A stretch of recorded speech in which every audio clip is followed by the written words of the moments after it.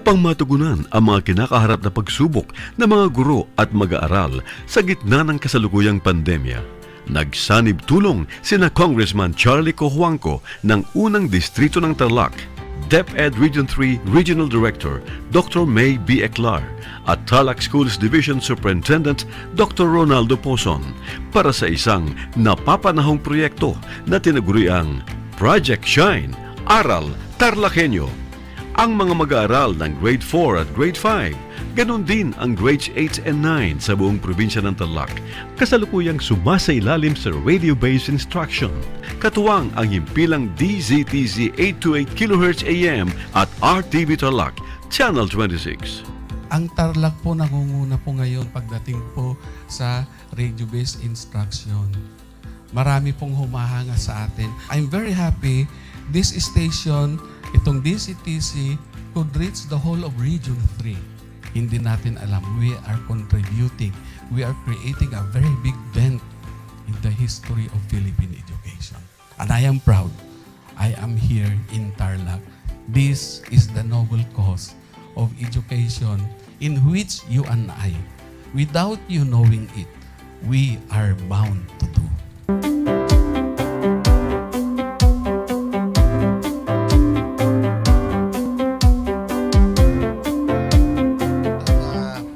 Project natin na Project Shine is a natural consequence dahil sa nangyari sa buong mundo. Let's continue to work together.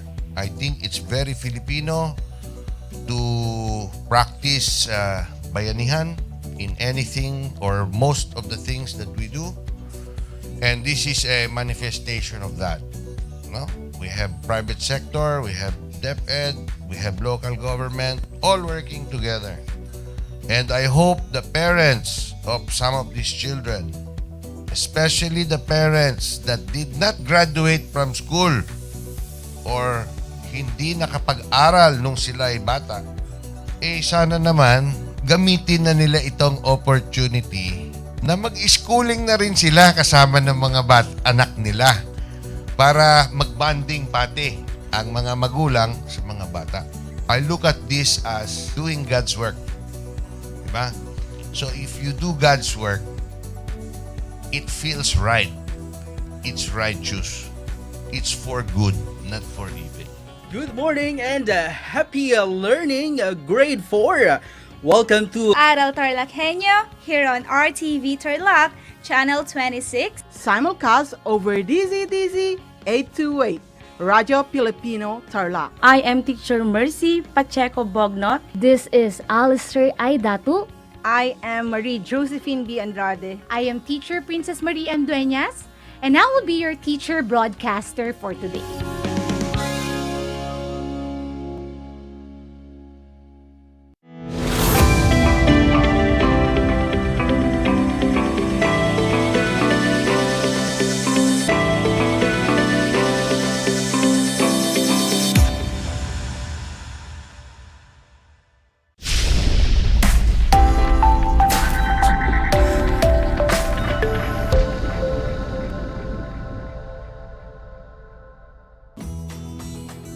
Welcome sa ating Project Shine, Aral TarlakHenyo ng SBO Tarlac Province na kasalukuyang napapanood dito sa RTV Tarlac, Channel 26, Converge Cable, Channel 100, FB Live Streaming, at sabayang napapakinggan sa DZTZ Radio Filipino Tarlac.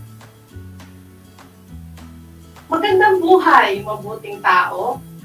Kamusta na kayo mga giliw kong tagapakinig? Ang aking pagbati at paghanga sa inyong pagpapahalaga sa edukasyon at pagpupursiging matapos ito ng nagtatagumpay sa kabila ng hamon ng pandemya. Ako ang inyong guro sa edukasyon sa pagpapakatao sa ika-4 na baitang.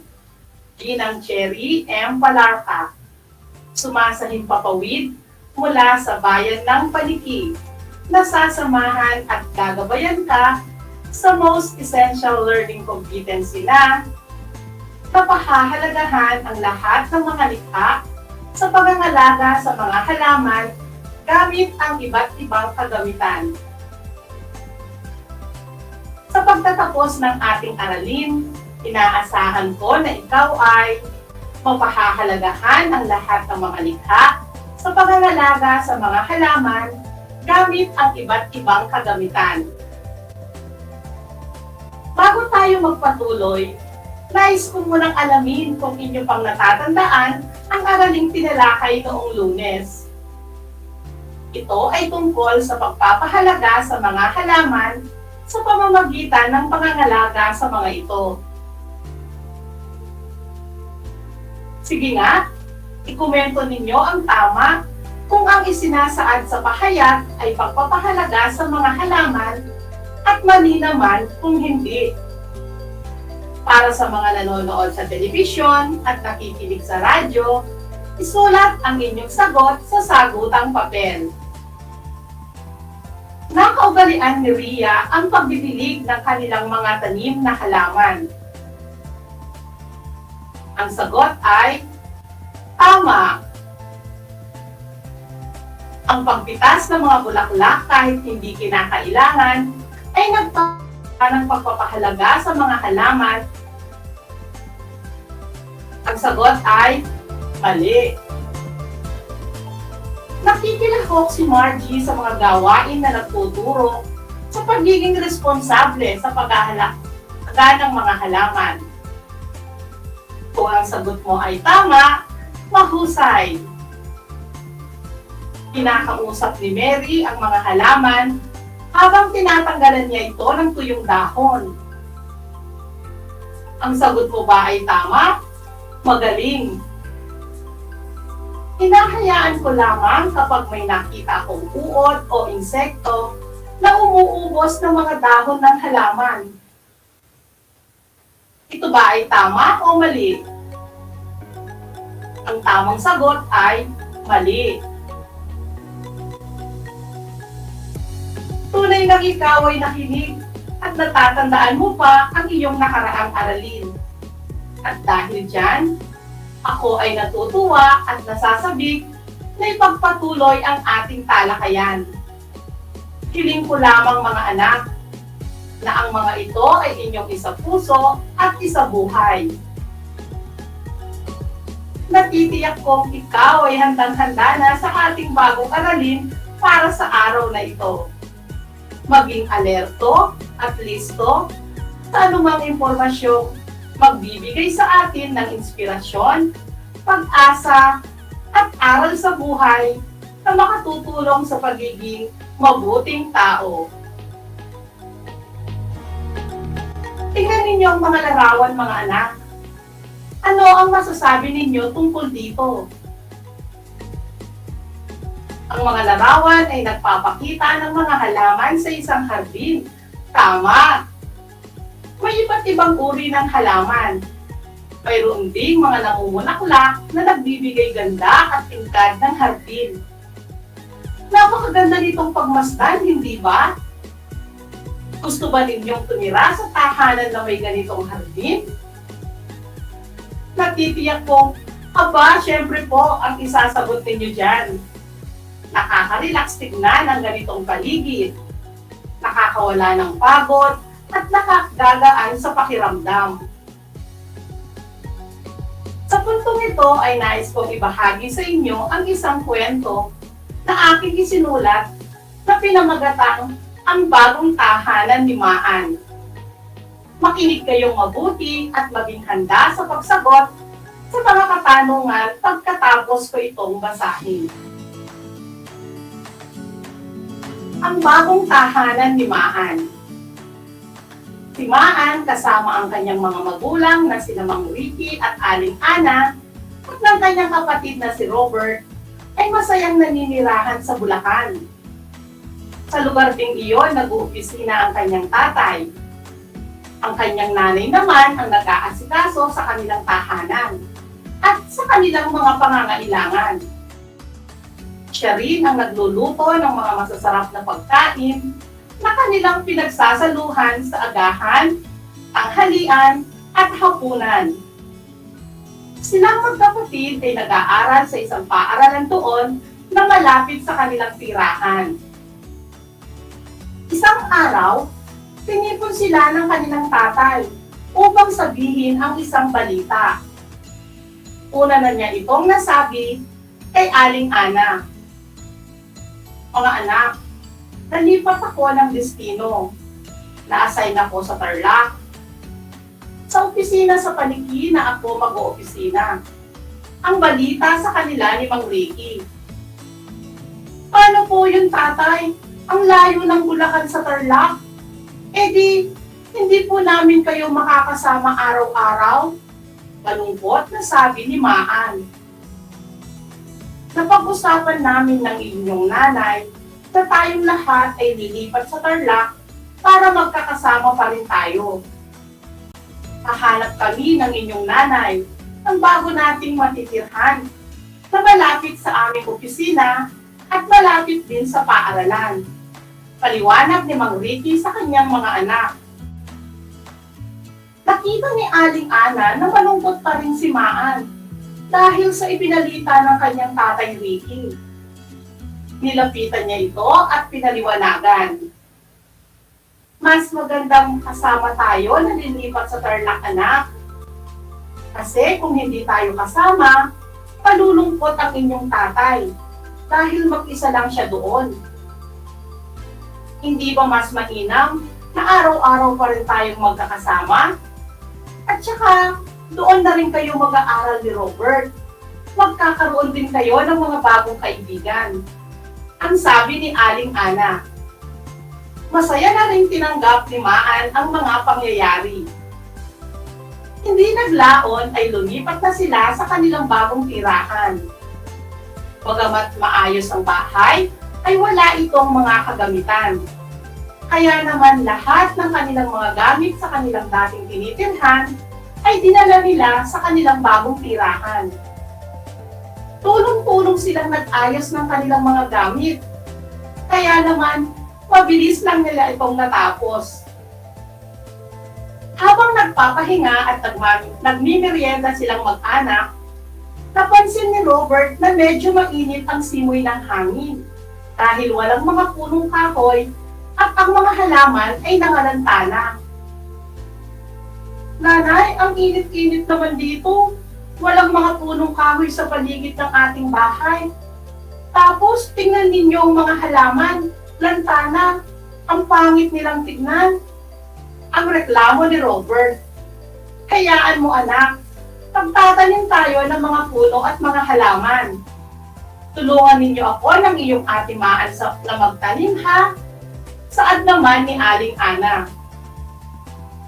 Kinabukasan ay bumili si Aling Ana ng iba't ibang uri ng halamang namumulaklak at ornamental, mga binhi ng mga halamang gulay at seedlings ng mangga, atis at bayabas na kanilang itatanim sa paligid ng kanilang bahay.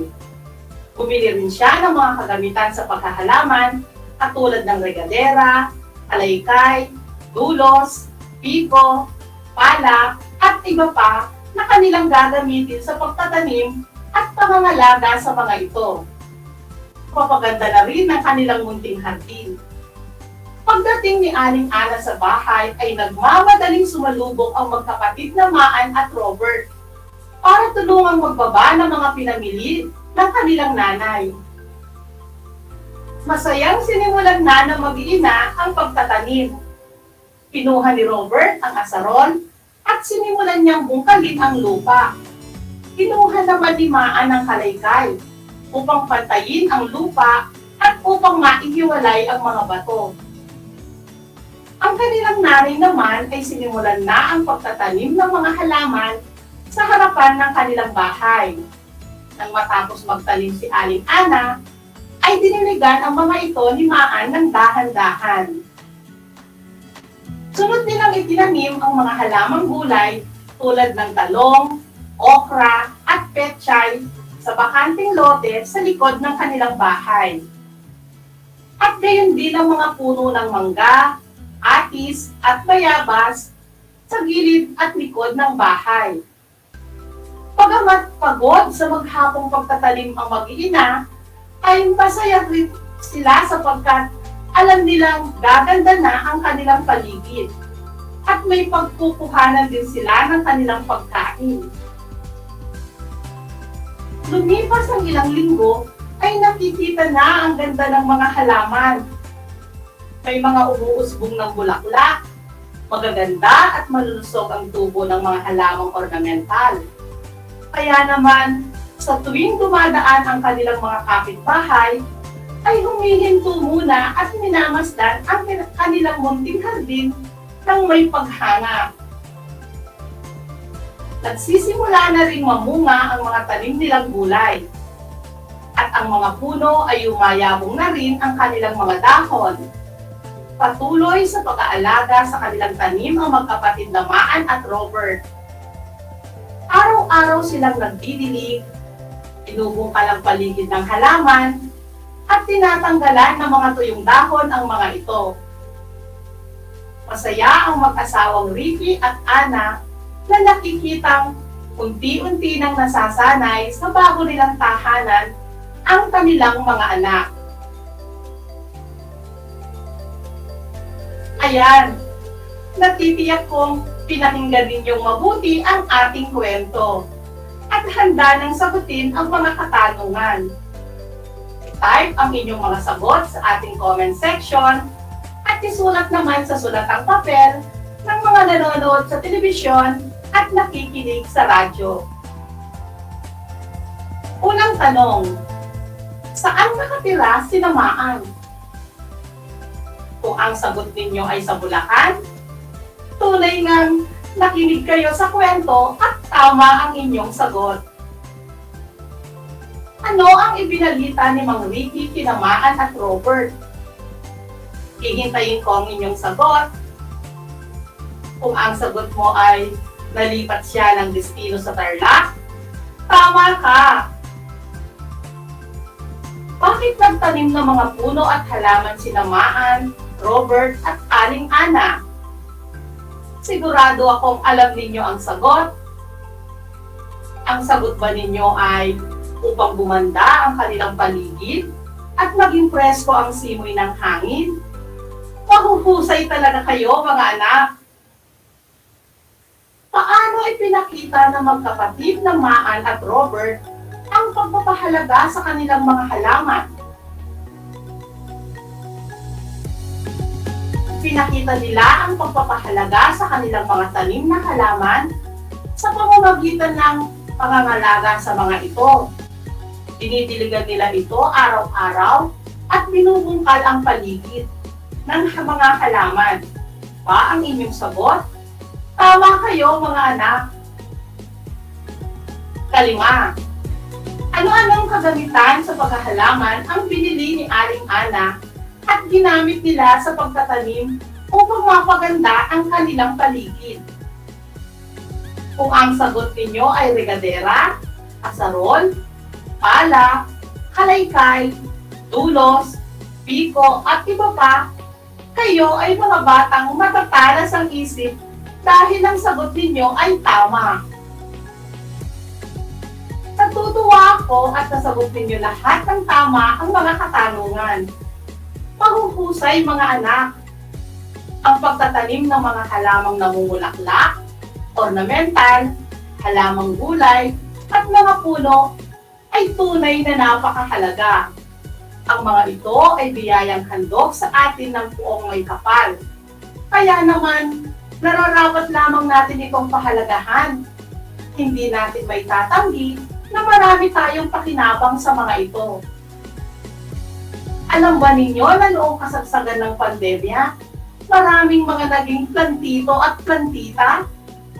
Baka isa rin dyan ang inyong nanay, tatay, tito, tita, o baka isa rin dyan ang inyong lolo o lola.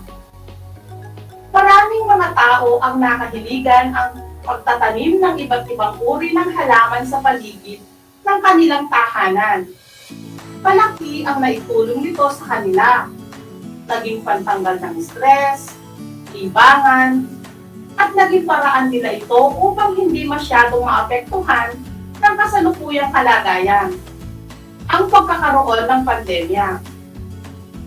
Sa pamamagitan ng pagtatanim, marami ang nairaos ang mga pang-araw-araw na pangangailangan. Ngunit alam ba ninyo na hindi basta-basta ang pagtatanim? Kailangan din ng mga kagamitan sa pagtatanim upang mas lalo pang mapalago at mapaganda ang mga halaman. Alam ba ninyo kung ano ang mga kagamitan sa paghahalaman na maaaring gamitin upang mapangalagaan natin ang ating mga halaman? Mga anak, narito ang mga kagamitan na makatutulong upang mas lalo pa nating mapangalagaan ang ating mga tanim na halaman. Ayan ang kasarol. Ito ay ginagamit sa pagbubungkal ng lupa upang lalo pa ito mabuhaghag. Isunod natin ang dulos. Ito naman ay ginagamit sa paglilipat ng punla. Ginagamit din ito sa pagbubungkal sa paligid ng mga halaman. Ito naman ang regadera. Ginagamit naman ito sa pagdidilig ng mga halaman. Sunod na kagamitan naman ay ang kalaykay. Ito naman ay ginagamit sa pagpapantay ng lupa at paghihiwalay ng mga bato sa lupa na maaaring maging sagabal sa lupang pagtatamnan. Ito naman ang piko. Ang gamit naman nito ay panghukay ng matitigas na lupa. Isunod na natin ang itak. Ito naman ay ginagamit sa pagpuputol ng mga sanga at puno ng malalaking halaman. Sunod naman ay ang pala. Ang pala naman ay ginagamit sa paghuhukay at paglilipat ng lupa. At ang panghuling kagamitan ay ang kartilya. Ginagamit itong panghakot ng lupa at lalagyan ng mga kagamitan sa paghahalaman. Mga anak, ang mga ito ay ilan lamang sa mga halimbawa ng kagamitan sa paghahalaman. Ang ikagaganda at ikalalago ng halaman ay nakasalalay sa maayos at sistematikong pamamaraan ng pangangalaga ng mga tanim gamit ang mga tamang kagamitan. Kaya naman, nararapat din nating pangalagaan ang mga ito. Narito ang ilang paraan upang mapangalagaan natin ang ating mga kagamitan sa paghahalaman. Gamitin ang wasto at may pag-iingat ang mga ito upang hindi kaagad masira. Hugasan at patuyuing mabuti pagkatapos gamitin. Gamitin lamang ang angkop na kagamitan sa bawat gawain. Huwag itong gamitin sa ibang gawain kung hindi ito angkop na gamitin upang hindi ito masira. Gamitin ang wasto at may pag-iingat ang mga kagamitan upang hindi kaagad masira. Maglaan ng maayos at matibay na lalagyan para sa mga kagamitan. Mga anak, ang wastong paggamit at pangangalaga sa mga kagamitan sa paghahalaman ay nararapat lamang na ating isagawa. Ang mga ito ang katulong natin sa pangangalaga sa ating mga tanim na halaman. Ang wastong pag-iingat at pangangalaga natin sa mga ito ay nangangahulugan na wasto din ang ibinibigay nating pag-aalaga sa ating mga halaman na biyaya sa atin mula sa ating puong may kapal. Inaasahan ko mga anak na inyong isasabuhay ang mga natutunan ninyo ngayong araw.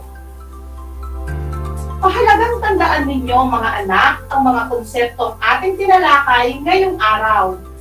Lagi ninyong alalahanin ang pagsasaluntian ng kapaligiran ay tunay ngang napakahalaga. Tularan ninyo ang mga plantito at plantita. Kagaya nila, ugaliin ninyo ang pagtatanim ng mga halaman, gulay at mga puno.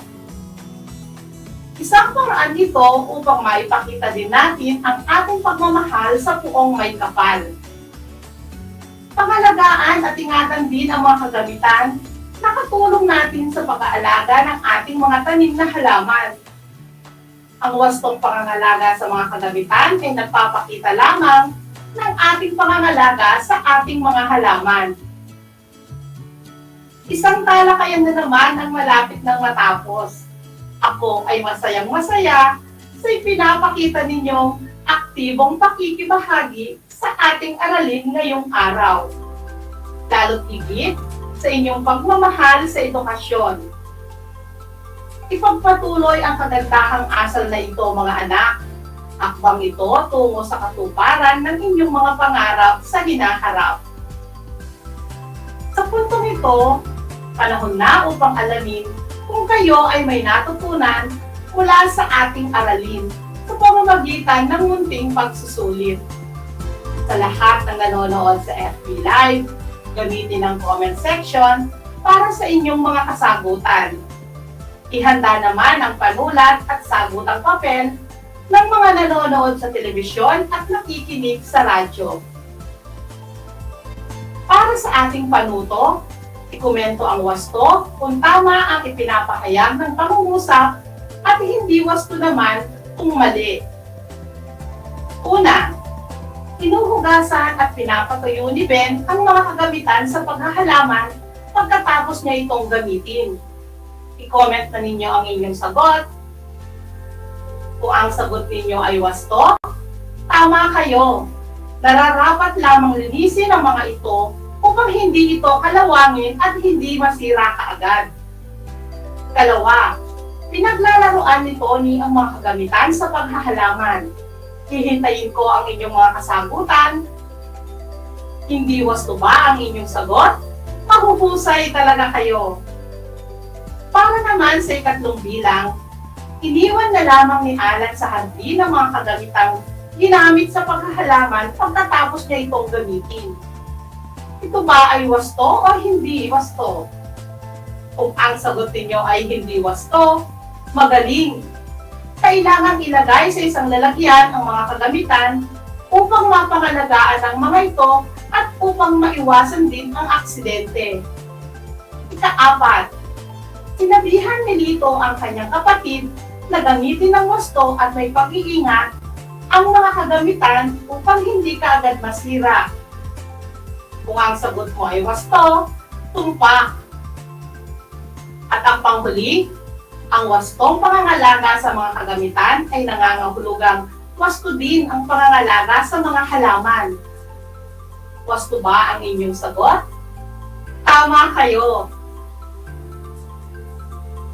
Para naman sa susunod na gawain, ikomento ang tama o mali ang mga pangungusap.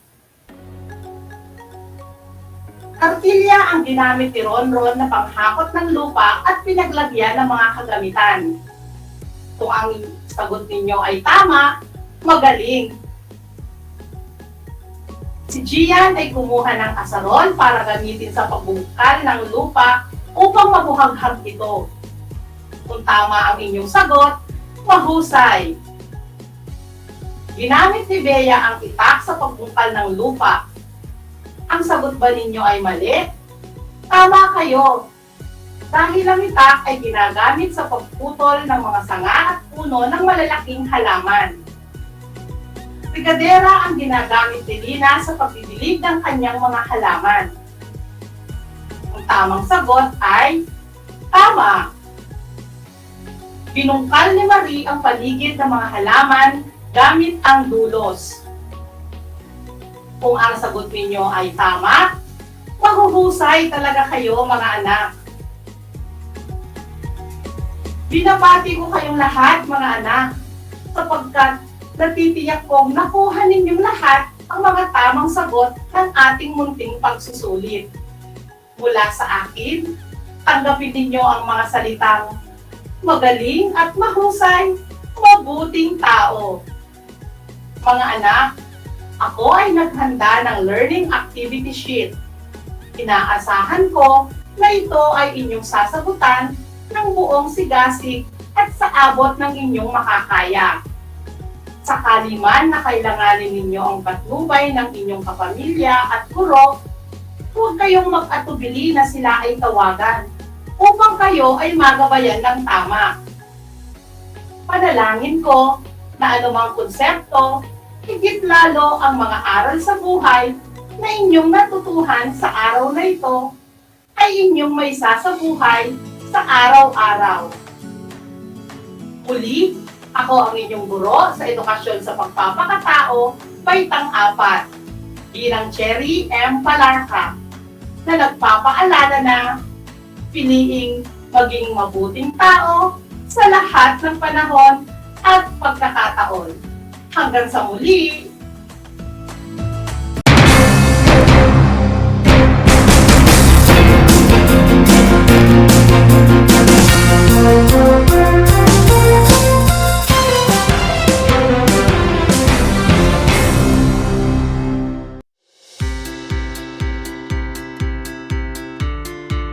Upang matugunan ang mga kinakaharap na pagsubok ng mga guro at mag-aaral sa gitna ng kasalukuyang pandemya, nagsanib tulong sina Congressman Charlie Cojuangco ng unang distrito ng Tarlac, DEPED Region 3 Regional Director Dr. May B. Eclar at Tarlac Schools Division Superintendent Dr. Ronaldo Pozon para sa isang napapanahong proyekto na tinaguriang Project Shine, Aral TarlakHenyo.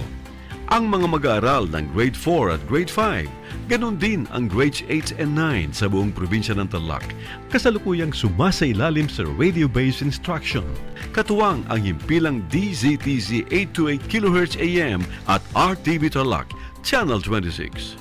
Ang Tarlac po nangunguna po ngayon pagdating po sa radio-based instruction. Marami pong humahanga sa atin. I'm very happy this station, itong DCTC, could reach the whole of Region 3. Hindi natin alam, we are contributing. We are creating a very big dent in the history of Philippine education. And I am proud. I am here in Tarlac. This is the noble cause of education in which you and I, without you knowing it, we are bound to do.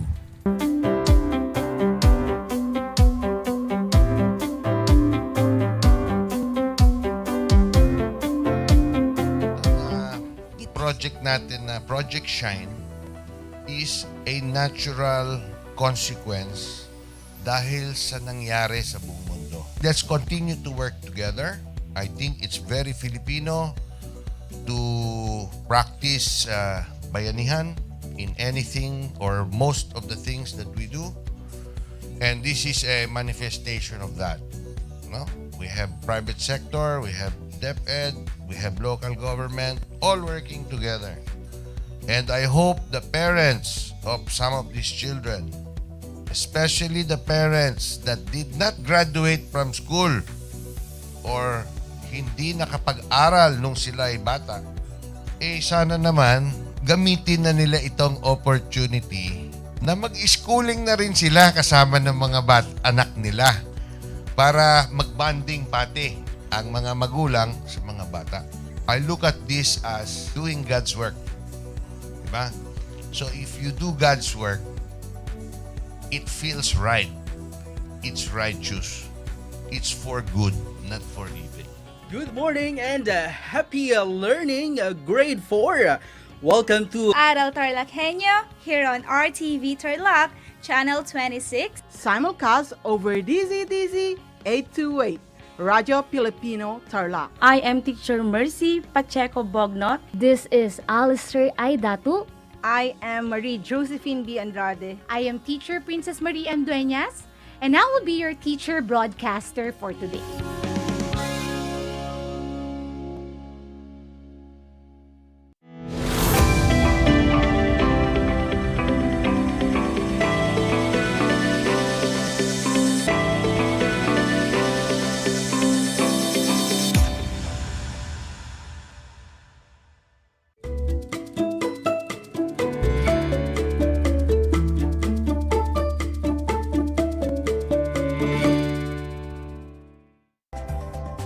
Blessed day and happy learning, young learners of Tarlac Province.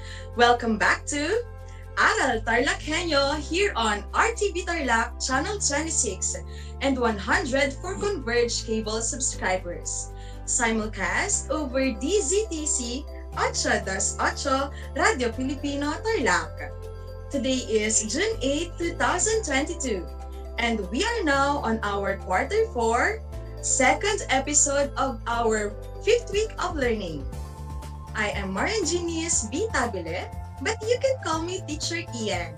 And I am here to give you this remote live broadcast all the way from the municipality of Anao, province of Tarlac. And good morning also parents and guardians who are with us on the radio, on TV, and on Facebook live stream. It is now time to prepare yourself as we continue our episode of broadcast learning about weather instruments and weather components. So before we go over our lesson, make sure you are comfortable on your seats and in front of you is your paper, pen, and Science 4, Quarter 4, Module 4 entitled Weather. Get ready with yourself because another learning adventure is about to begin. And if you have questions or clarifications on our episode, feel free to send your message to your science teacher, advisor, or you can ask the help of your guardian. To check your understanding on the previous lesson about the first 4 weather components and the instruments to measure each component, let us try to answer our activity. So listen very well, my dear learners, as I read the direction. Identify the different weather instruments by choosing the correct word from the box below. Write your answer in your science notebook. I will give you 30 seconds to answer this activity and we will check your answers right away. Options are thermometer, rain, windsock, cloud, barometer, wind vane, and anemometer. You may start answering now.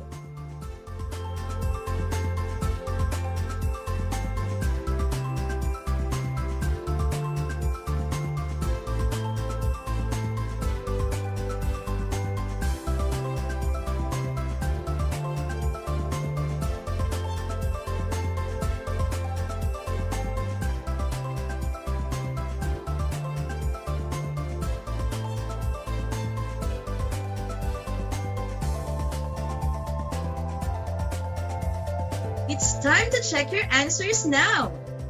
The weather instrument for our item number 1 is a wind vane. Good job! The instrument for our second item is a windsock. Great! Number 3 weather instrument is thermometer. Amazing! For the 4th weather instrument, it is called anemometer. Fantastic! Finally, the weather instrument for item number 5 is barometer. Very good! I'm so proud of you, my dear learners, for accomplishing this activity. That only shows that you understood the lesson discussed last Monday. For those who did not get a perfect score, that's alright because you still have for today's broadcast to show up and have another bunch of learning. So as we continue our lesson about weather instruments and weather components, you are still expected to identify different weather instruments that measure the different weather component and identify the weather components recorded in a weather report. Now you'll have a deeper understanding as we go on with our lesson. So stay tuned and listen very well. Today, we will be discussing about the 2 more weather components and weather instrument. The fifth weather component is what we call precipitation. And precipitation is the weather that falls into the ground as rain or snow. Rain begins when small droplets of water join together in the clouds until they become too heavy and gravity pulls them down to earth. Along with evaporation and condensation, precipitation is one of the three major parts of the global water cycle. Rain gauge is the weather instrument to be used. It measures the amount of rain that has fallen over a very specific time period. For our last weather component, cloud formation. It is a visible mass of particles of condensed vapor suspended in the atmosphere of a planet. The kinds of clouds are cirrus clouds, stratus clouds, cumulus clouds, and nimbus clouds. These are the four main kinds of clouds. Come on, let us know more about these four main clouds. First is the cirrus clouds. They are like white and thin feathers. They appear high up in the sky. They form in advance of a warm front where the air masses meet at high levels, indicating a change in the weather is on the way. Technically, these clouds produce precipitation, but it never reaches the ground. Instead, it re-evaporates, creating a bigger cloud. Our second main kind of cloud formation is the stratus clouds. They are flat layer of clouds. They appear grayish or bluish because they are low and thick enough to hide the sun. The size and thickness of the cloud depends on the amount of moisture and the temperature on the ground. Stratus clouds can reduce visibility and make travel difficult at times. These clouds can often turn to drizzle or light rain. Our third cloud formation, the cumulus clouds. They appear in fine and sunny weather. They are puffy clouds that sometimes look like pieces of floating cotton. The base of each cloud is often flat and may be only 1,000 meters above the ground. The top of the cloud has rounded towers.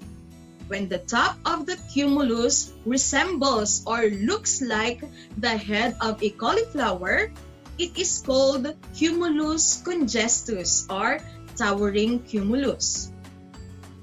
Finally, our last main kind of cloud formation, the nimbus clouds.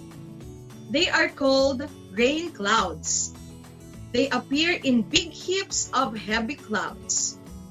The next time you look up the sky, seeing layers of different clouds, notice the ones that are grayish, all set to bring the next spell of rainfall. Those are the nimbus clouds. These clouds help to predict weather conditions easily and usually marks the onset of continuous rain. We already completed the 6 components of weather, but wait, we are not yet done with our lesson. Observing the weather condition will help us decide the kind of activities we do for the day. Planning ahead can be aided by weather predictions. Weather charts can describe the weather conditions on the ground or at high altitudes and are the basis for the creation of weather forecast maps. Here is an example of a weather chart. The chart is composed of weather conditions, whether it is a fine weather or fair weather or rainy weather. We can also see on our chart the different temperatures at various times in a certain place, which is in one's schoolyard. Under that is a specific temperature in a certain range of time. This is our example of our weather chart. Aside from weather chart, we can still give accurate data on different weather elements through weather report. And it indicates a systematic statement of the existing and usually the predicted meteorological conditions over a particular area. Let us take a look with our example of a weather report. Weather report contains a specific place and its typical high and low temperature. It states the average temperature for the day, which lies halfway between the highest temperature and the lowest temperature. A weather report in Tuguegarao province states that there is a fair weather condition all throughout the day. Temperature ranges from 35 degrees Celsius, which is the coolest temperature to be experienced, up to 40 degrees Celsius, the hottest temperature to be experienced. On the other hand, the weather report in Baguio City states that light to moderate northwest wind will be experienced, and the sky will be cloudy with brief rain showers in the afternoon or evening. Temperature ranges from 20 degrees Celsius to 23 degrees Celsius. While in Tagaytay City, occasional rain shower and thunderstorm in the afternoon with moderate to strong easterly winds is expected to happen. Temperature ranges from 25 degrees Celsius to 30 degrees Celsius. And we are now done with our last episode of learning. Remember the continuation of our weather components and the weather instrument. The fifth weather component is the precipitation, which is the water that falls into the ground as rain or snow. It is measured by using a rain gauge, which measures the amount of rain that has fallen over a specific time period. Finally, the last weather component discussed was cloud formation, which is a visible mass of particles of condensed vapor suspended in the atmosphere of a planet. Cloud formation can be identified through the four basic kinds of clouds, which are cirrus, stratus clouds, cumulus clouds, and nimbus clouds. Did you know that the names of the four main types of clouds are derived from Latin? Cirrus means curl. Technically, these clouds produce precipitation, but it never reaches the ground. Instead, it re-evaporates, creating Vigra cloud. Stratus means layer. The size and thickness of the cloud depends on the amount of moisture and the temperature on the ground. Cumulus from the Latin word means heap. When the top of the cumulus resembles or looks like the head of a cauliflower, it is called cumulus congestus or towering cumulus. And finally, nimbus came from the Latin word rain cloud. This cloud helps to predict weather conditions easily and usually marks the onset of continuous rain. Alright, so are you still with me? Good to know that, because it is time to practice what you have learned. You will be given enough time to answer correctly this part of our activity, and we will be checking your answers right away. For our Facebook viewers, you may participate by typing your answers at the comment section. So, are you guys ready? Good.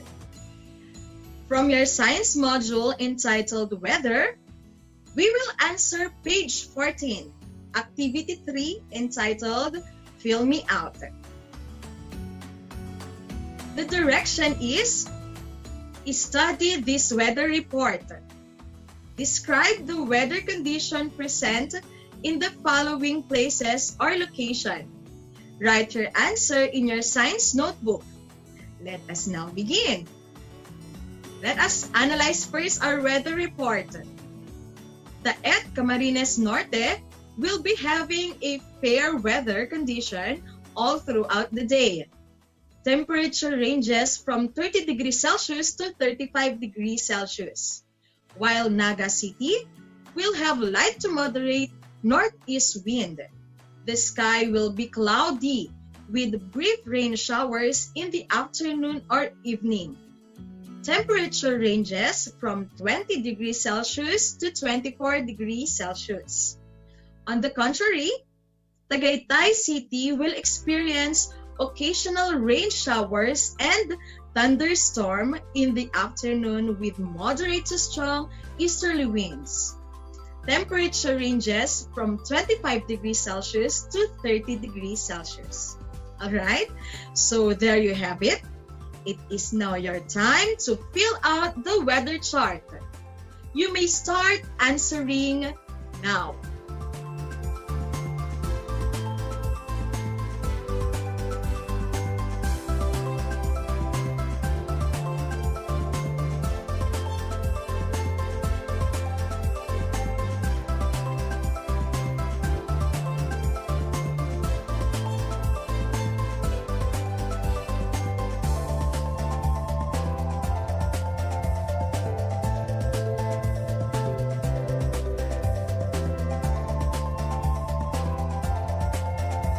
Let us now complete the weather chart.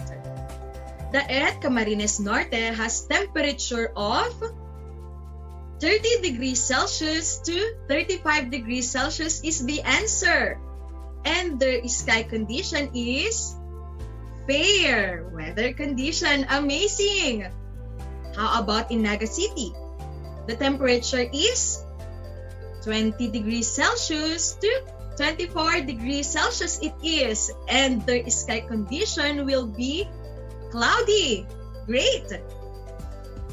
Last location is at Legazpi City, which has a temperature of 25 degrees Celsius to 30 degrees Celsius, and they will be experiencing rainy or thunderstorm. Very good! There you have it, learners. Did you all answer the table correctly? You are super awesome then. If you got incorrect answers, it is still a job well done for trying because you still have your chance to show up on our next activity. I believe you are all waiting to answer this one attentively. This another exciting part of our discussion will be easy for you to answer now. The direction is supply the missing letters to make the statement correct. Write your answer in your science notebook. For statement number 1, fill out the missing letters to identify the clouds that are high feathery clouds. Again, fill out the missing letters to identify the clouds that are high feathery clouds. Write your answers now. The missing letters are R and R. Great! Which forms the cirrus kind of cloud. Second item, fill out the missing letters to identify the clouds that produces precipitation. I repeat, fill out the missing letters to identify the clouds that produces precipitation. Write your answers now.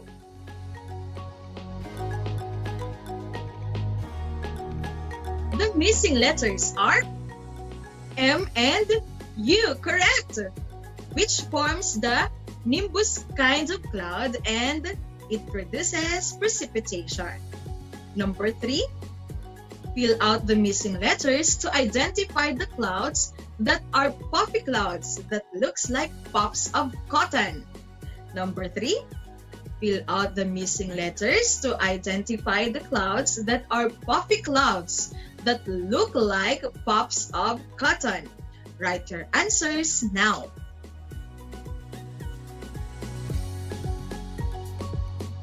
The missing letters are U, and S. Superb! And it forms cumulus kind of cloud. Item number 4. Fill out again the missing letter to identify the large collection of very tiny droplets of water or ice crystals. I repeat, for item number 4, fill out the missing letters to identify the large collection of very tiny droplets of water or ice crystals. Write your answers now.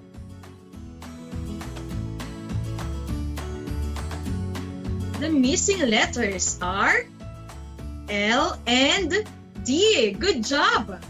And it forms the answer cloud, which states large collection of very tiny droplets of water or ice crystals.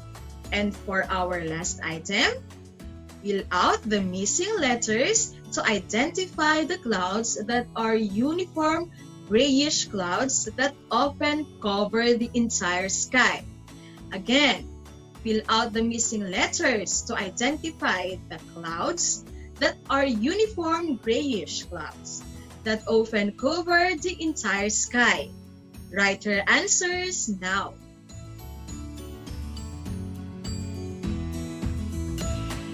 The missing letters are T, and U. Amazing! And it forms the stratus kind of clouds. Did you get a perfect score again? There you go. I can see all your comments via Facebook Live. You are all super awesome, great, and the coolest learners. I'm pretty sure that you can easily finish your offline activity because you are already a superstar of our lesson.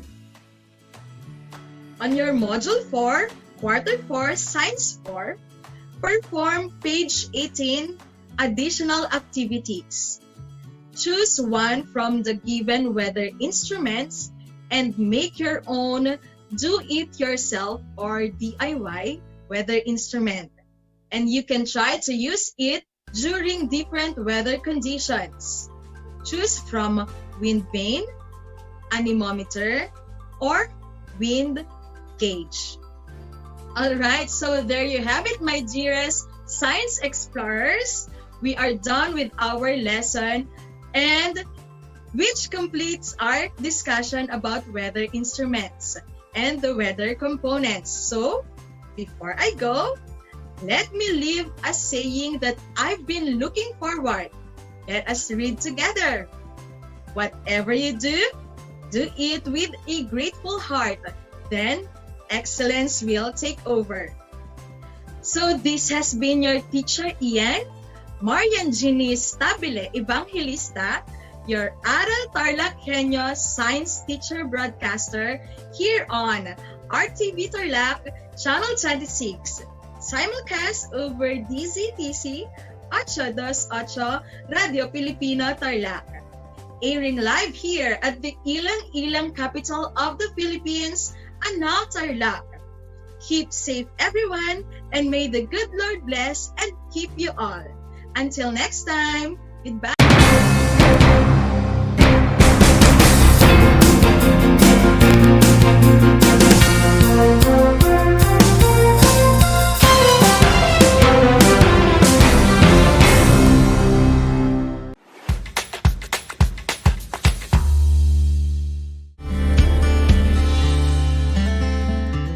niyo ba na ang Pilipinas ay mayroong 7,641 islands? Mula sa bilang na 7,107 islands, nadagdagan ito ng 534 na isla noong 2017. Tanging 2,000 lamang sa mga islang ito ang natitirhan.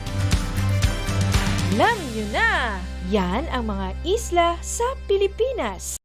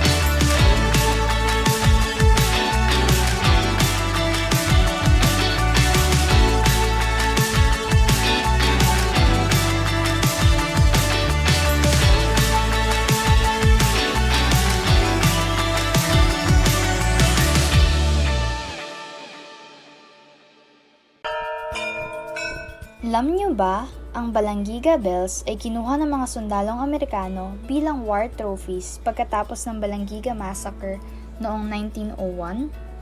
Matapos ang 117 years, na ibalik ng US noong December 11, 2018 ang iconic church bells sa Pilipinas.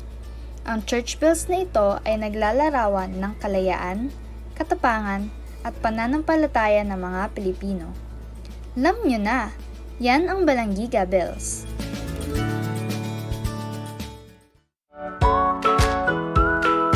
How are you today? Hello, everyone. Hello, learners of Tarlac. Good morning, Math Talino Grade 4 learners! Welcome to Aral TarlakHenyo Here on RTV Tarlac Channel 26. Simulcast over DCTC. Radyo Pilipino Tarlac.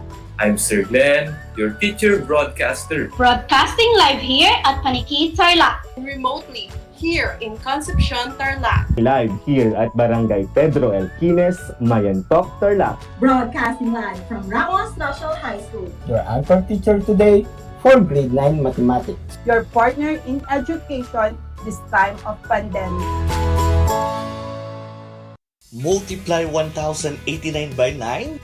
You will get an answer, the exact reverse, which is 9,801. My name is JRP Duldulao, your teacher broadcaster on Aral TarlakHenyo. For more math trivia and answers to your math questions, catch Aral TarlakHenyo every Monday to Friday from 8:30 a.m. to 5:30 p.m. Learning math is so much fun!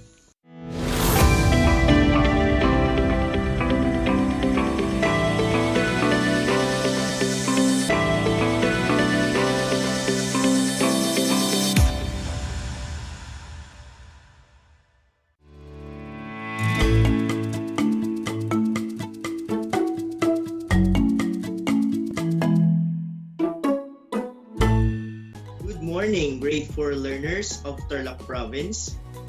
Welcome to Aral TarlakHenyo here on RTV Tarlac Channel 26.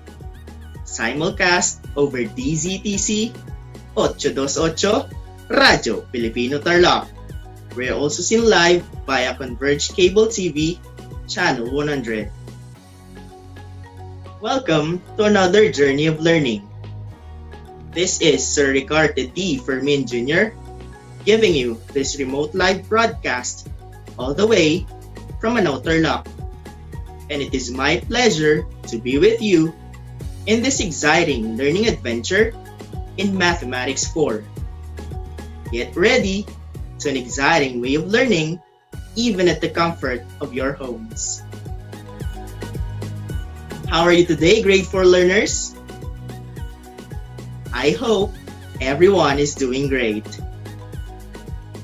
As we begin our lesson, make sure that you are seated comfortably so you could listen to me attentively. Make yourself geared with your learning activity sheets or self-learning modules, pen, and paper. I repeat, you need to have with you your learning activity sheets or self-learning modules, pen, and paper. If you have questions or clarifications regarding our today's lesson, don't hesitate to drop your message to our comment section if you're watching our Facebook Live. Are you now ready, grade 4 learners? Great! Brace yourselves as we are about to begin a fun-filled and exciting adventure in learning how to organize data in tabular form and present them in single and double horizontal or vertical bar graph. At the end of the lesson, you're expected to organize data in tabular form and present the data in single and double horizontal or vertical bar graph. But before we proceed, let me just give you a glimpse of your previous lesson. Let us recall your previous lesson. The farmers in Barangay San Jose South are busy harvesting their palay. The number of sacks is shown in the pictograph. Study the pictograph and then answer the questions that follow. Are you ready? Fantastic! Take a look at the pictograph. It has two columns, one for the day and one for the harvested palay in cabans. Note that each sack of palay stands for 5 sacks. Starting off with number 1. How many sacks of palay did the farmers harvest on the first day? How many sacks of palay did the farmers harvest on the first day? And the correct answer is 30 sacks. They harvested 30 sacks of palay on the first day. There are 6 sacks on the pictograph, where each sack stands for 5 sacks. Let's now have number 2. What day did the farmers harvest the most palay? What day did the farmers harvest the most palay? What do you think it is? You got it right. It's on day 1. They harvested the most palay on the first day. Let's take a look at the next item. Which days did the farmer harvest the same amount of palay? Which days did the farmer harvest the same amount of palay? You are correct. They harvested the same amount of palay on day 2 and day 3. Moving on to number 4. What is the difference between their harvest on day 3 and day 4? What is the difference between their harvest on day 3 and day 4? You're right. The answer is 5 sacks. Day 3 has 20 sacks plus 15 sacks from day 4, which is equal to 5 sacks. Let's now have the last number. How many sacks of palay did they harvest in all? How many sacks of palay did they harvest in all? Great! The answer is 85 sacks. We have 30 sacks on the first day, 20 sacks on the second day, another 20 on the third day, and 15 sacks on the fourth day, giving us a total of 85 sacks in all. Great job, kids! This time, we're going to organize collected data. We're going to compare and make conclusions from the given data using tally chart and bar graphs. Let's take a look at this problem. Sir Rick, a mathematics teacher at San Jose Elementary School, told his class to walk around the school to observe and list down different kinds of trees. What did Sir Rick tell his class? Correct. He told his class to walk around the school to observe and list down different kinds of trees. He asked them to gather data by counting all the trees that they can see inside the school according to its kind.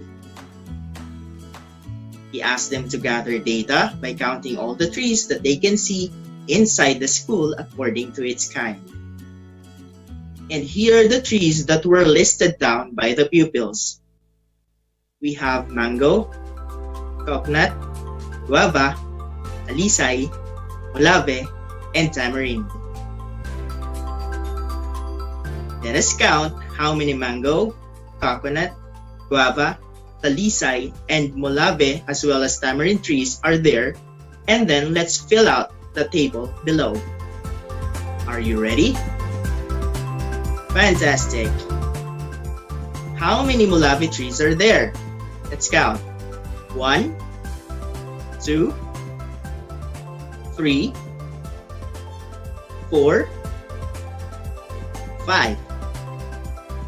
There are 5 molave trees.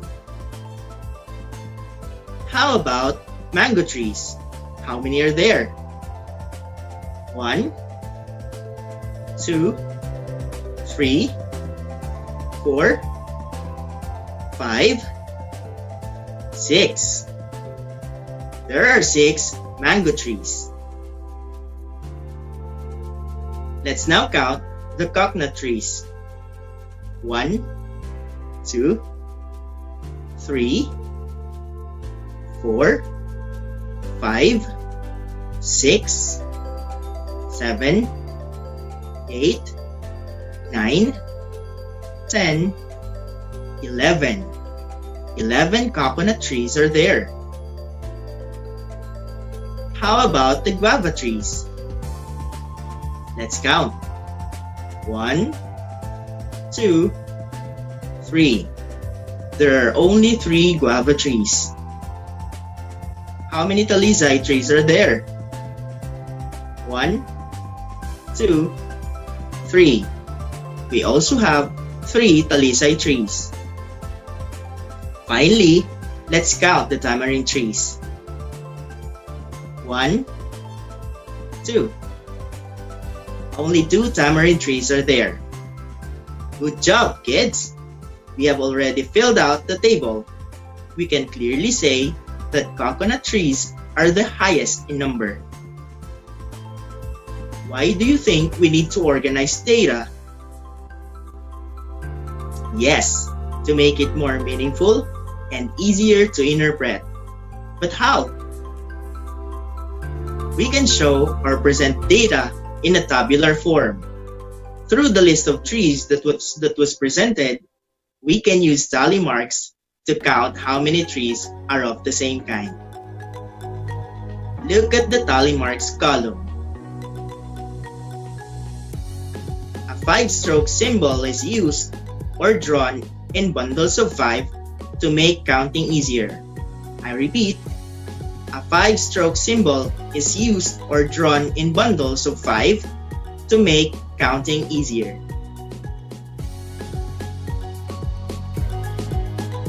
Now, let's study the tally chart. What do you see on the first column?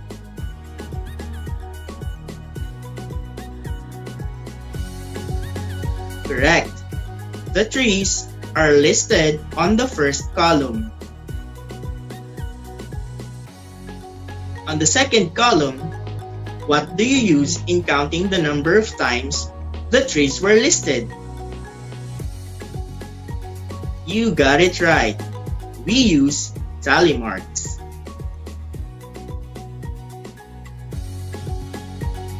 Lastly, the third column shows the number of trees.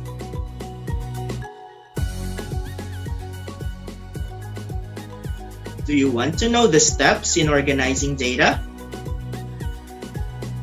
Good. Let's have them one by one.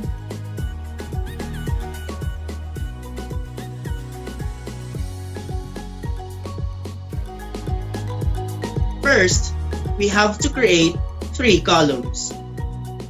List down all the data on the first column. The kinds of trees, for example. Again, the first step is to create 3 columns. List down all the data on the first column, the kinds of trees, for example. Then, use tally marks in counting the numbers of times the trees were listed down.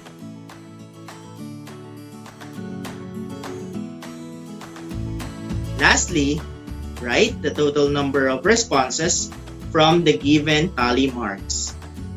Lastly, write the total number of responses from the given tally marks. The steps are as easy as ABC and as simple as 1, 2, 3. So I'm sure that you will be able to remember them easily. First is to create 3 columns and then list the data. The next step is to use tally marks in counting. The final step is to write the total number. Good job, grade 4 learners! It's about time to have your first activity. Activity 1. The scores of 30 grade 4 pupils in a 10-item math quiz are presented in the chart that follows. You need to construct a tally chart with the given data. You have 10 seconds to study the chart.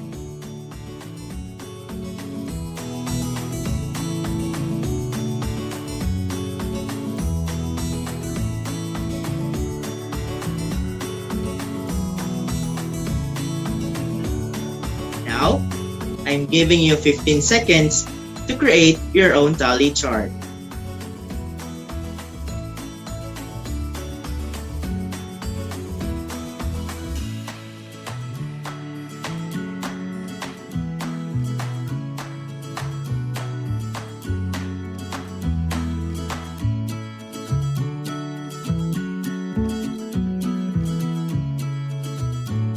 Time's up, grade 4. Let's now check if you got it correctly. You should have created 3 columns, where the first column contains the scores from 1 to 10. You should have used tally marks in counting on the second column. And you should have placed the number of pupils on the third column. There is only 1 pupil who got 1. 3 pupils got 2. 2 pupils got 3 correct items. 3 pupils got 4. 3 pupils got 5 items correctly. 3 pupils got 6. 3 pupils got 7. 4 pupils got 8. 5 pupils got 9 items correctly, and 3 pupils got a perfect score. Good job, grade 4 learners! From the tally chart or tabular form, we can also present this in a form of a bar graph. Do you know what bar graphs are? Bar graphs are representation of data quantities or numbers using bars or strips. These are used to compare and contrast numbers, frequencies, and other measures of distinct categories of data. Bar graphs have an x-axis and a y-axis. The x-axis is the horizontal axis, while the y-axis, of course, is the vertical axis. Are you ready to learn more? Fantastic! Let's now talk about the kinds of bar graph. First, we have the vertical bar graph. It is a graph that visually displays data using vertical bars going up from the bottom. Let's take a look at this example. What's the title of the bar graph? Correct. The title is Kinds of Trees. What information is placed along the horizontal or x-axis? You got it right, it's the trees. How about on the vertical or y-axis? Great, it's the number of trees. Take note that in a vertical bar graph, the numbers are placed on the vertical axis. Moving on to the other kind of bar graph. We have horizontal bar graph. It is a graph that represents the data horizontally. It is a graph whose bars are drawn horizontally. Let's take a closer look at this example. The title is found at the top of the graph. What information is placed along the horizontal or the x-axis? You got it right. It's the number of trees. How about on the vertical or y-axis? Correct. The trees that are listed down. And also take note that in a horizontal bar graph, the numbers are placed on the horizontal axis. Are you still with me, grade 4 learners? Great! I believe that you are so much ready for the next activity. Activity 2, here's the instruction. From the tally chart that follows, present it in a form of a vertical and horizontal bar graph by shading the bar. We will be using the tally chart or tabular form of the scores in math quiz we had earlier. You have 10 seconds to study the tally chart.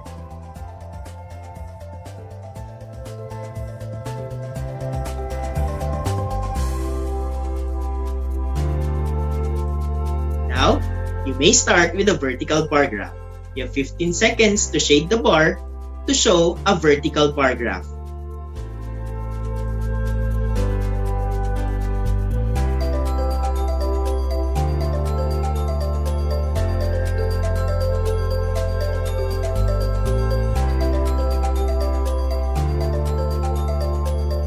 Time to check your work, kids. Let's see if you got it correctly. The bar graph should be shaded accordingly regardless of the color that you used.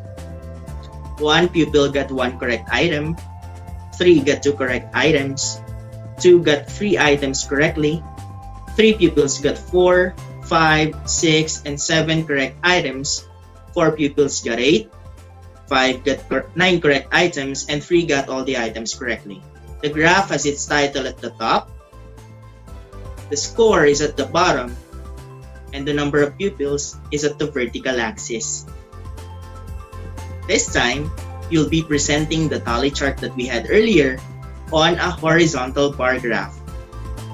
Are you ready? Fantastic! This time, you have to shade the bar to show a horizontal bar graph. Again, you have 15 seconds to do it.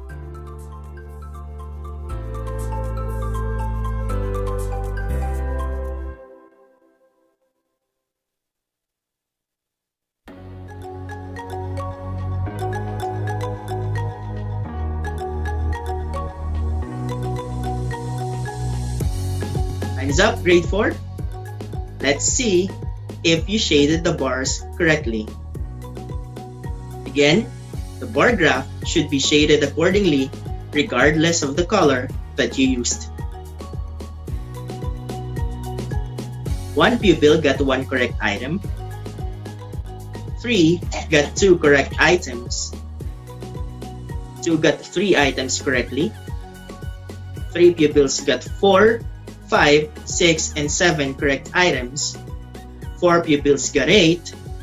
5 got 9 correct items. And 3 got all the items correctly. The title of the previous bar graph is at the top. The number of pupils is at the horizontal axis. And the score is at the left side of the graph. Good job, grade 4. Now, let's move on to the next level. Do you know what a double bar graph is? Yes, it is a graph that is used to display 2 sets of data in the same graph. Let's take a look at the data that are being shown. We still have 3 columns, but the first one is divided into boys and girls as the 2 sets of data. The first column is for transportation, which is divided into boys and girls. The second column is for the tally marks. And the last column is for the number of pupils. To be presented as a vertical bar graph, the graph should look like this. There. We have the title at the top, means of transportation. The transportation is at the bottom like jeep, bike, and the like. While the number of pupils is on the vertical axis. As you can see, its transportation is divided into boys and girls. It's about time to shade our vertical bar graph. Use the data from the tally chart in order to complete the vertical bar graph. This time, make sure to use 2 different colors, one for boys and one for girls. Give it a try, grade 4. I'm giving you 15 seconds to do it.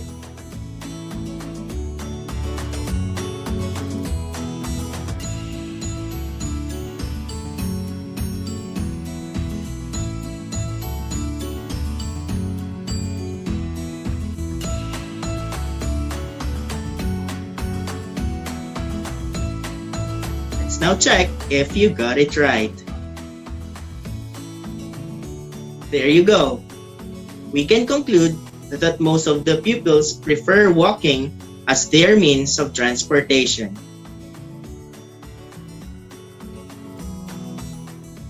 Job well done, grade 4 learners. And for your post-listening and viewing activities, which means activities to be done after this broadcast, you may answer the remaining activities on your learning activity sheets or self-learning modules. There you have it, grade 4 learners. I hope you learned a lot today. Before I end, take this saying from Dr. Seuss. The more that you read, the more things you will know. The more that you learn, the more places you'll go. Once again, you're tuned in to Aral TarlakHenyo here on RTV Tarlac, Channel 26. Simulcast over DZTC 828 Radyo Pilipino Tarlac. This is Sir Ricardo D. Fermin Jr. giving you this remote live broadcast all the way from Anong Tarlac. Don't just have a good day, but have a great day instead. Thank you and God bless.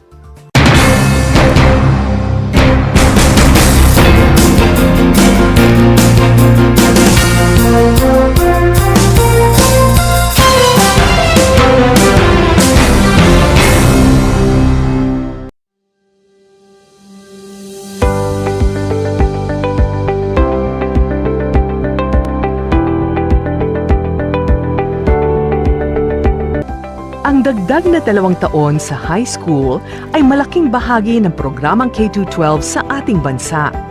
Pinag-aralan ng mabuti ng Kagawaran ng Edukasyon o DEPED ang nilalaman at paraan ng pagkatuto sa 2 taong ito na tinatawag ngayong Senior High School. Sa pamamagitan ng Senior High School, tinitiyak ng DEPED ang kalidad ng edukasyon na may malinaw na patutunguhan anuman ang iyong pag-aralan. May 15 core, 7 applied at 9 na specialized subjects ang Senior High School. Sa kabuuan, may 31 subjects ang Senior High School. Katumbas ito ng 4 na semestre na may 2 quarter bawat semestre. Ang mga paksa sa bawat aralin ay mahalaga upang maihanda ang mga mag-aaral sa 4 na curriculum exit gaya ng kolehiyo, trabaho, middle-level skills development at negosyo. Kahit anong track ang piliin ng isang mag-aaral, maaari siyang magpatuloy sa alinman sa 4 na posibleng curriculum exit. Mayroong 4 na track ang Senior High School. 1. Academic track. 2. Technical Vocational Livelihood track. 3. Arts and Design track. At 4. Sports track. Mahalagang tandaan na hindi lahat ng paaralan ay kumpleto ng lahat ng tracks at strands. Kailangang suriing mabuti ng mga magulang at mag-aaral kung anong track o strand ang mayroon sa kanilang lugar na naaayon sa iba't ibang konsiderasyon gaya ng hilig, interes, kakayahan ng mag-aaral at marami pang iba. Makipag-ugnayan sa pinakamalapit na senior high school sa inyong lugar upang malaman ang kanilang ino-offer na tracks at strands. Upang matulungan ng mga mag-aaral na maunawaan ang pagpaplano sa kanilang hinaharap, ang Department of Education ay naglunsad ng Homeroom Guidance, kung saan nakapaloob ang Career Development Domain. Tumutulong itong mahubog ang mga mahalagang kaalaman, kasanayan, pag-uugali at pagbubuo ng mga plano at desisyon para sa kanilang buhay. Kung kayo ay may mga katanungan o paglilinaw tungkol sa senior high school tracks and strands, maaari kayong makipag-ugnayan sa inyong career guidance advocate o guidance counselor. Hangad namin ang inyong tagumpay! Kumusta mga giliw kong tagapakinig? Nagbabalik ang inyong paaralang panghimpapawid. Aral TarlakHenyo sa RTV Tarlac, Channel 26 at sa bayang naririnig sa DCTC 828 Radyo Pilipino Tarlac. Tayo rin ay napapanood sa FB Live ng RTV Tarlac Channel 26. Sumasahimpapawid mula sa bayan ng Pura Tarlac, mula sa bayan ng San Clemente, mula rito sa Borok Elementary School, Pura Tarlac, sa bayan ng Kapas Tarlac. Ako, ang inyong guro, na maghahatid sa inyo ng makabuluhang pagtalakay sa ating aralin. Ang Tagalog ay ang wika ng mga taga-Quezon, Batangas, Bulacan at ng iba pang katutubong nagsasalita nito. Ang Filipino ay ang pambansang wika batay sa tinadhana ng 1987 Constitution. Tara na at matuto ng salitang Filipino. Manood at makinig ng Aral TarlakHenyo sa RTV Tarlac, Channel 26 at sa bayang naririnig sa Radyo Pilipino, DZTZ 828 at napapanood din live sa FB page at YouTube channel ng RTV Tarlac, Channel 26. Manood at matuto ng ating mga aralin sa Filipino. Dito lang yan sa Aral TarlakHenyo. Ako si Ma'am Crystal May Aquino, ang inyong teacher broadcaster sa Filipino.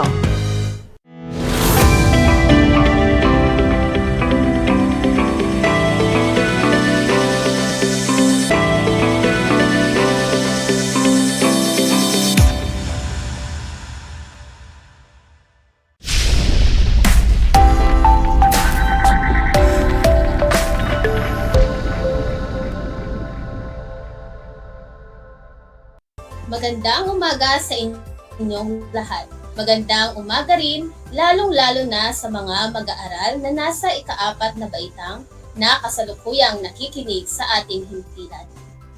Welcome sa ating Project Shine, Aral TarlakHenyo ng SDO Tarlac Province na kasalukuyang napapanood dito sa RTV Tarlac Channel 26.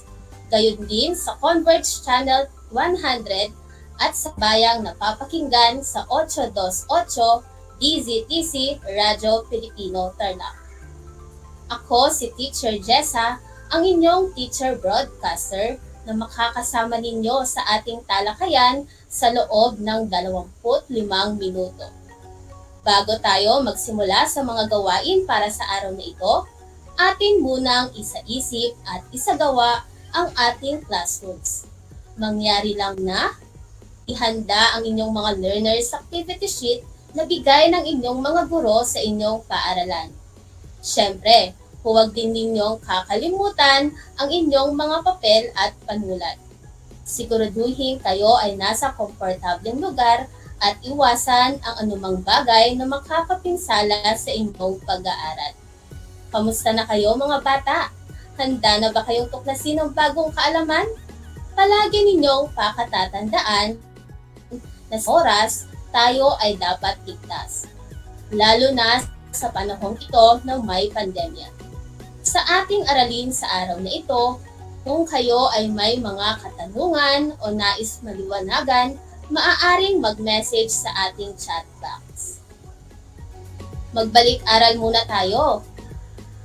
Bago tayo magsimula sa ating bagong aralin, maaari bang bigyan ninyo ng angkop na pamagat ang tekstong aking babasahin?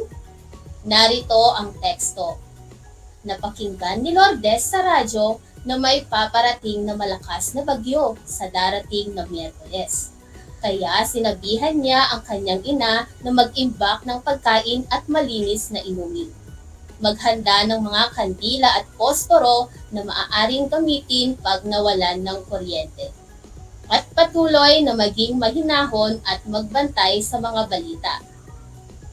Ano-ano ang maaaring pamagat ng tekstong aking binasa? Tama! Maaaring paghahanda sa bagyo. Tama!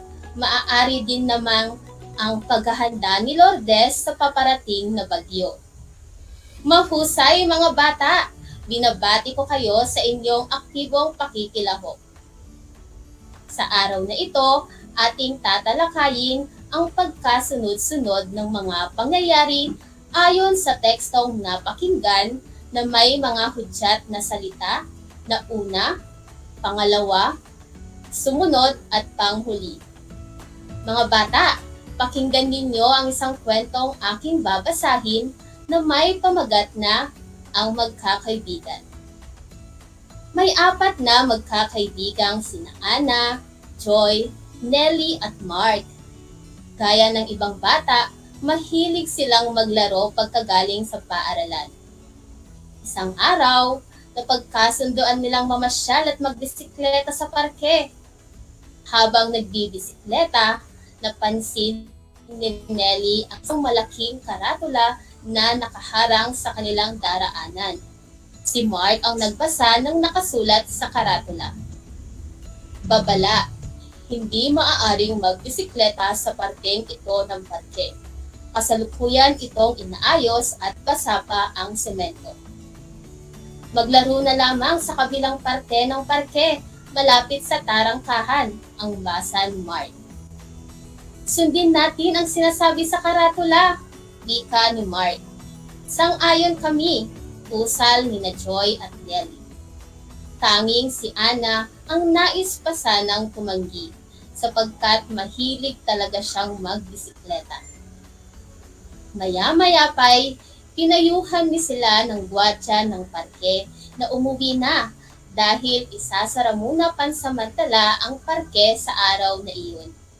Napag-alaman nilang may batak na nakaapak sa basang semento at bahagyang nasaktan dahil sa pagsuway sa babalang nakasulat sa karatula. Nagulat ang magkakaibigan at natutuhan nilang lahat ang halaga ng pagsunod sa mga babala. Umuwi na silang lahat at ikwento nila ang mga nangyari sa kani-kanilang mga magulang. Mga bata, atentibo kayong nakinig sa ating kwento? Kung ang sagot ninyo ay opo, natutuwa akong malaman iyan. At dahil dyan, naniniwala akong masasagot ninyo ng basto ang mga katanungan tungkol sa kwento. Para sa unang tanong, sino-sino ang magkakaibigan? Kung ang sagot ninyo ay ang magkakaibigan ay sina Ana, Joy, Nelly at Mark, mahusay. Para sa pangalawang tanong, ano ang napagkasundo ang gawin ng magkakaibigan isang araw? Kung ang sagot ninyo ay ang napagkasundoan nilang gawin ay mamasyal at magbisikleta sa parke, magaling! Wasto ang inyong sagot. Para sa pangatlong tanong, ano ang napansin ng kaibigan nilang si Nelly habang nagbibisikleta? Kung ang sagot ninyo ay napansin niya ang malaking karatulang nagbabawal sa kanilang magbisikleta sa isang parte ng parke, tumpak kayo mga anak! Magaling! Para sa pang-apat na tanong, sumunod ba sila sa babalang nakasulat sa karatula? Kung ang sagot ninyo ay opo, sumunod sila sa babalang hindi maaaring magbisikleta sa parteng ito ng parke, kasalukuyan itong inaayos at basa pa ang semento, tama ang sagot ninyo mga anak, mahusay. At sa panghuling tanong, paano natututo sa halaga ng pagsunod sa mga babala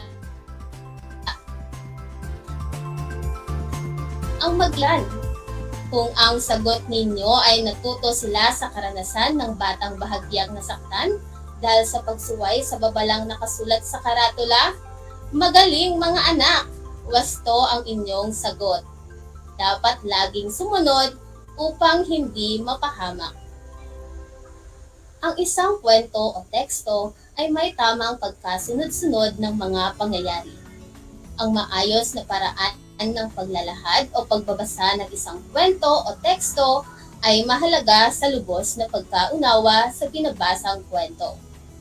Ang pangyayari o hakbang ay inaayos ng may pagkasunod-sunod ayon sa panahon, kahalagahan ng isang ideya, kaalaman, konsepto, impormasyon, gawain o pangyayari sa isang konsepto.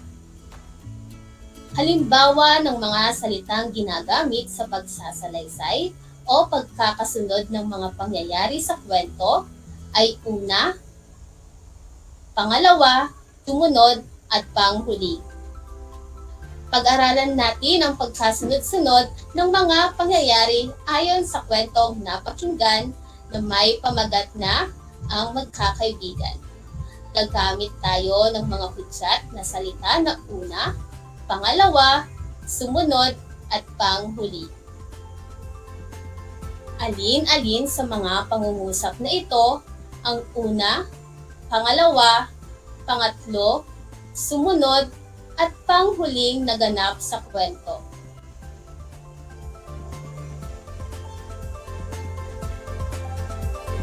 Tama!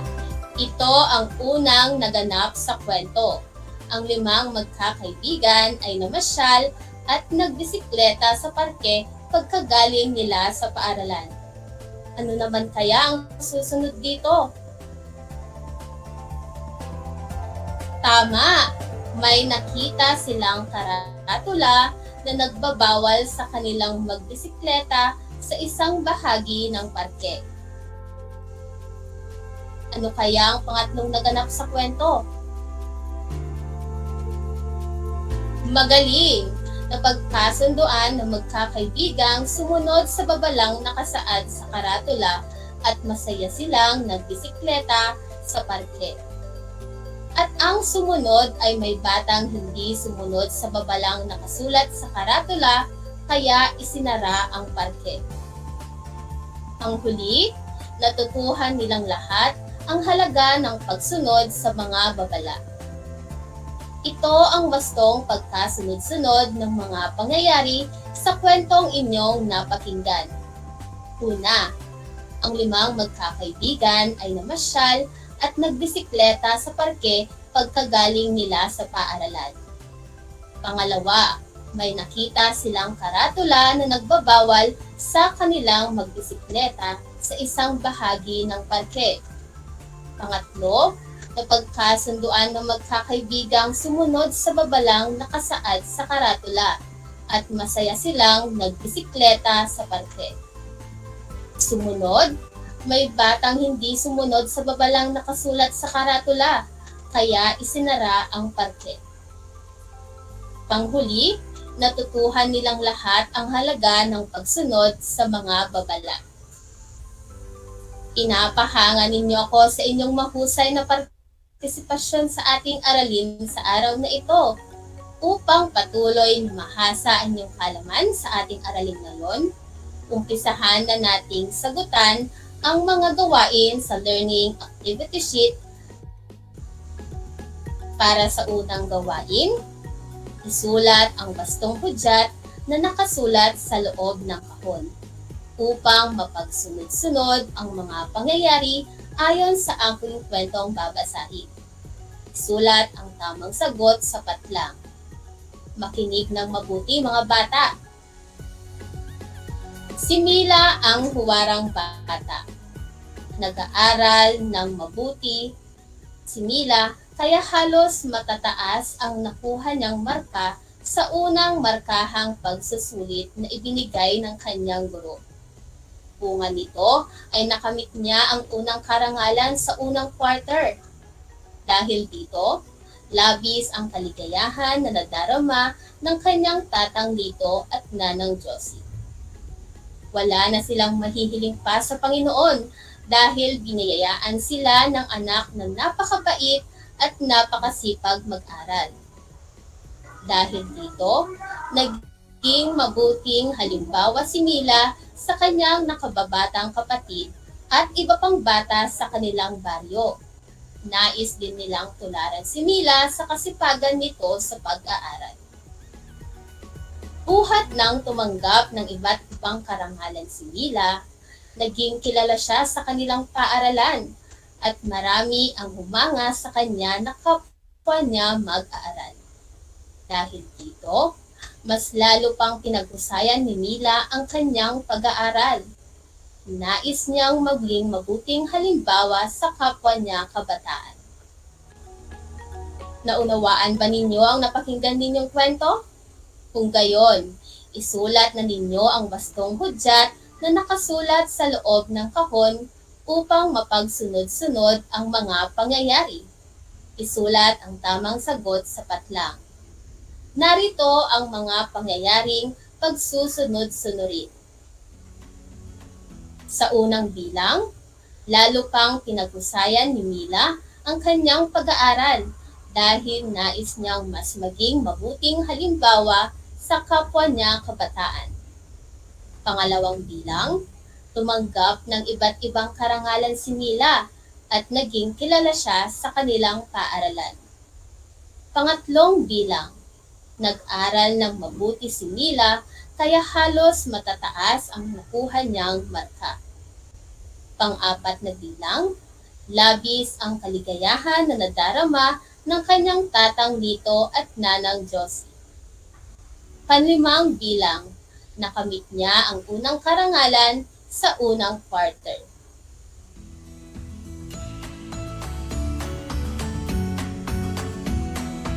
Tapos na ba kayo mga bata?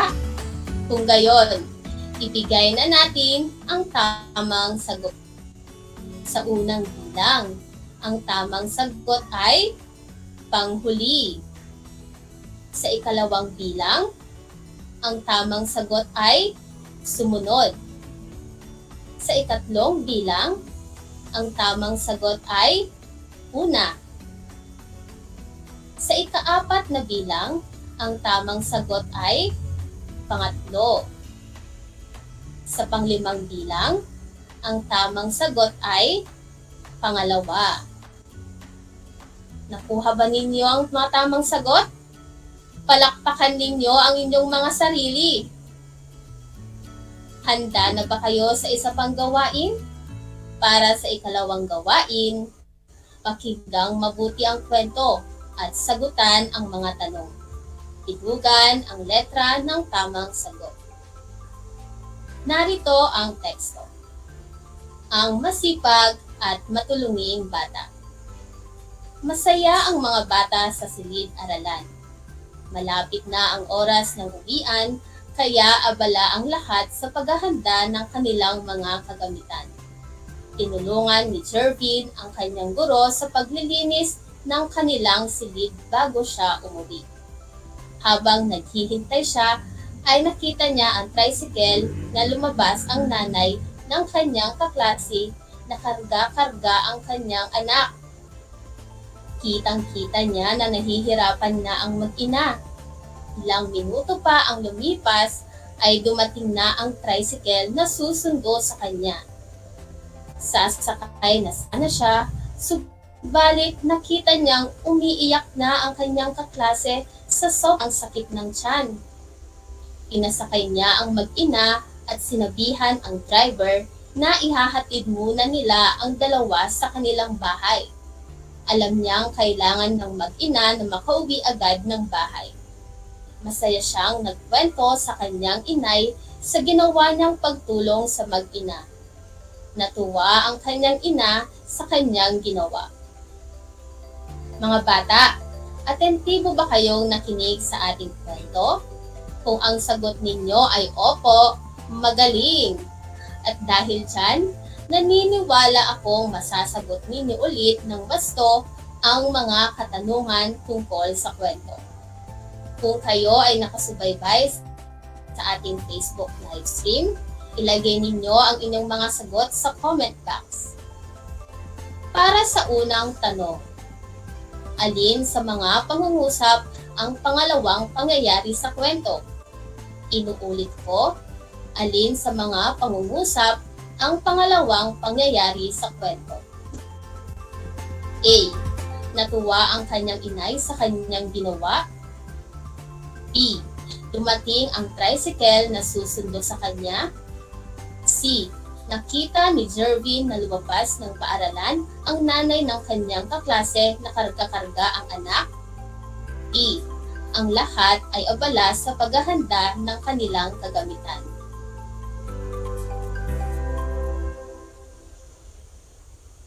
Kung ang sagot ninyo ay letrang C, nakikita ni Jervin na lumabas ng paaralan ang nanay ng kanyang kaklase na karga-karga ang anak, tama ang inyong sagot. Para sa pangalawang tanong, ano ang huling nangyari sa kwento? Inuulit ko, ano ang huling nangyari sa kwento? A. Masaya ang mga bata habang naghihintay ng uwian. B. Ikunento niya sa kanyang ina ang ginawa niyang pagtulong sa mag-ina. C. Lumabas ang nanay ng kanyang kaklase na karga ang anak. E. Sumakay sa tricycle ang mag-ina. Kung ang sagot ninyo ay letrang B, ikunento niya sa kanyang ina ang ginawa niyang pagtulong sa mag-ina. Iyan nga ang tamang sagot. Pangatlong bilang. Bago siya umuwi ay tinulungan niya ang kanyang guro sa paglilinis ng silid-aralan. Ano ang sumunod na nangyari? Inuulit ko, bago siya umuwi ay tinulungan niya ang kanyang guro sa paglilinis ng silid-aralan. Ano ang sumunod na nangyari? A. Inihatid nila ang mag-ina sa kanilang bahay. B. Habang siya ay naghihintay ng kanyang sundo, nakita niya ang papalabas na mag-ina. C. Masaya ang mga bata habang naghihintay ng oras ng uwian. D. Inihatid nila ang kanyang kaklase na sumasakit ang tiyan. Kung ang sagot nyo ay letrang na niya ang papalabas ng mag-ina,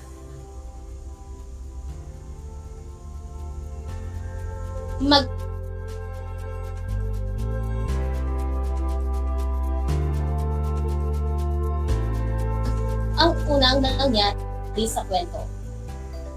A. Ang lahat ay masayang naghihintay sa oras para umuwi. B. Ikunento niya sa kanyang nanay ang nangyari kung bakit hindi sila agad nakauwi. C. Pinasakay niya sa tricycle ang kanyang kaklase at ang nanay nito. D. Nakita niyang lumabas ng paaralan ang mag-ina habang hinihintay niya ang kanyang dog. Ang sagot nyo ay letrang A. Ang lahat masayang naghintay ng oras para umuwi. Mahusay! Para sa panglima at panghuling katanungan. Kung ikaw si Jervin, ano ang iyong gagawing nakita mong sitwasyon? Inuulit ko, ikaw si Jervin, ano ang iyong gagawin sa nakita mong sitwasyon? A. Hindi ko sila papansinin. B. Uuwi na lang ako. C. Tutulungan ko din ang nangangailangan ng tulong. D. Sasabihin ko sa iba kong kaklase na tulungan nila ang mag-ina. Kung ang sagot nyo ay letrang C, tutulungan ko din ang nangangailangan ng tulong, tama! Talaga nga namang nakinig kayo ng mabuti. Mga bata, mahalagang tandaan natin ang mga paraan sa pagsusunod-sunod ng mga pangyayari sa tekstong napakinggan. Una, pakinggang mabuti ang teksto. Sa pamamagitan ng pakikinig sa tekstong binasa o binabasa, maaari mong malaman kung ano ang mahalagang pangyayari na naganap dito. Pangalawa, unawaing mabuti ang teksto. Ang tamang pag-unawa sa bawat nilalaman ng isang teksto ay makakatulong upang mapagsunod-sunod mo ng wasto ang mga nilalamang impormasyon ng isang teksto. Para naman sa karagdagang gawain, isulat kung ano-ano ang mga dapat mong gawin upang makaiwas sa sakit na COVID-19. Gumamit ng mga hudyat na salita sa pagkasunod-sunod ng pangyayari.